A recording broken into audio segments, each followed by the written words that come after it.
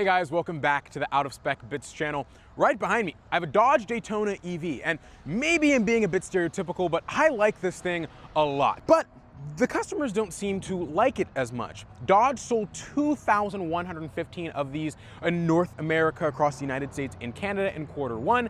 That is less than they sold of the old generation Charger and Challenger. Yes, this means they are selling more older Dodge Chargers and Challengers than they are selling of the new Daytona, which is kind of sad because this is Dodge's, I think, first EV that's really out there and showing that Dodge can produce something that's interesting looking on the outside, but we do know as an actual vehicle from the specs and everything of that sort, it isn't as competitive as it should be. So let's talk about it.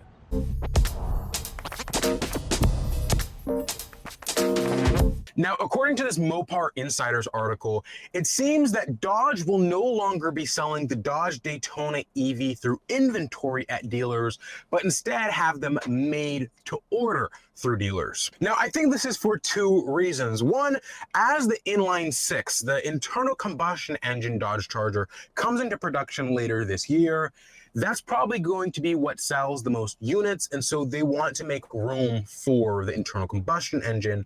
And clearly the EV version may not be selling as well, right? Dodge is used to selling 20,000 Chargers and Challengers every single quarter. Of course, half of those are the $40,000, $30,000 rental trims where really no options, they're just the base model, but they're used to selling those in large numbers. The Dodge Daytona EV isn't doing that, but I think it will probably start moving more units once the internal combustion engine starts to sell. So you mix the fact that customers may not be as interested in the Dodge Charger EV with the fact that they want to make room for the internal combustion engine version, the EV version starts to slowly fall away in Dodge's lineup. Now, of course, as 2025 goes on, we see the Dodge Daytona EV marketed more, people are more familiar with it, buyers become more interested, we may see sales increase later in the year, but for the first quarter, I don't think this met Dodge's expectations. Now again, the Daytona EV starts at 60 grand. You also got to take in the fact that this is an enthusiast car in a sense. Your average car buyer is going to be buying a SUV, a sedan, a truck, not a two-door muscle sports car. And so when you sell a two-door muscle sports car, you're already selling to a more niche group. On the flip side, then you make it electric and you're selling to an even more niche group. And so the electric version of the Dodge Daytona EV, I just don't think is doing as well. Is that part because this vehicle, who it markets to, isn't a market that is interested in EVs? Or is it because Stellantis just sucks? Could be both though. Point being, I want to see the Dodge Daytona EV succeed. If this EV succeeds, it gives Dodge the idea to make more EVs and want to invest in more EVs. But if they're making EVs and they're not selling well, even if it's their fault, it creates a narrative that EVs don't sell well and there's no reason to invest in them. Now, reading through this article here, Dodge's electric Charger Daytona faces sales struggles in early 2025. The new e-muscle car only sold 2,115 units across the US and Canada. The first quarter of 2025 has been challenging for Dodge's all-electric Charger Daytona, with sales figures indicating a lukewarm reception from enthusiasts, which, as I've mentioned, right, it is a sports car, a muscle car, which is already a niche market. Then you make it electric. It's hard to find a buyer who is into muscle cars, but also electric cars, and then also want to choose a Dodge Daytona over other performance EVs, like a Tesla Model S, like a Model 3 Performance, like a Hyundai Ioniq 5N. There are other options out there. And so enthusiasts may not like this vehicle as much. Official reports from Stellantis reveal that only 2,150 units were sold across the US and Canada during this period.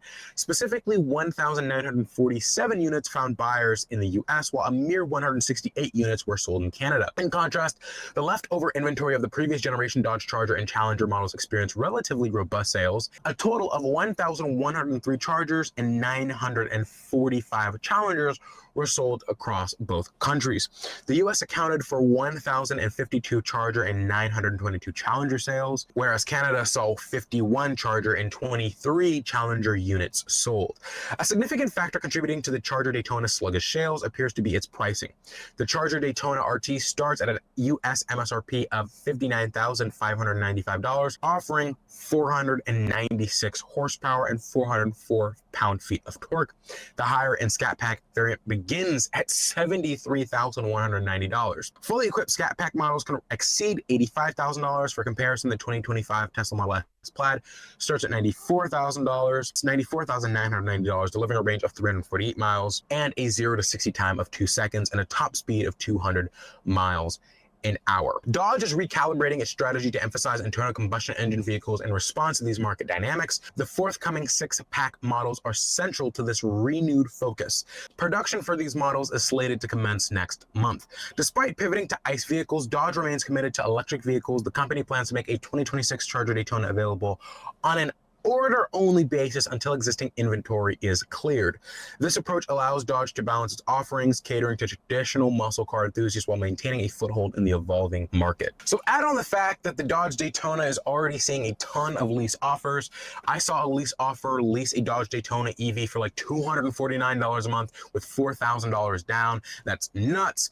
Lots of lease offers. Dealers are already marking these thousands, tens of thousands of dollars off. They're trying to get them out the door, and it doesn't seem like too many people are interested. What do you think? Are you interested in the Dodge Daytona EV? I'm wondering how viewers and regular consumers think of this, because to me, honestly, I like it, but I'm not in the market for a car. So of course, I'm not buying one. Now, when I went to my local Dodge dealer, shout out Cole, the salesman who kind of helped me and allowed me to shoot some videos as well as inform me of some things, he hadn't learned that there were any of these restrictions for the 2026 model year on an order-only basis as of yet. So this information could probably be a rumor, or this information may not have hit dealers yet. But from what I was told is that people were interested in the Dodge Daytona EV. People were calling, people were test driving, they were interested in it, but they just hadn't sold the two that they had on their lot.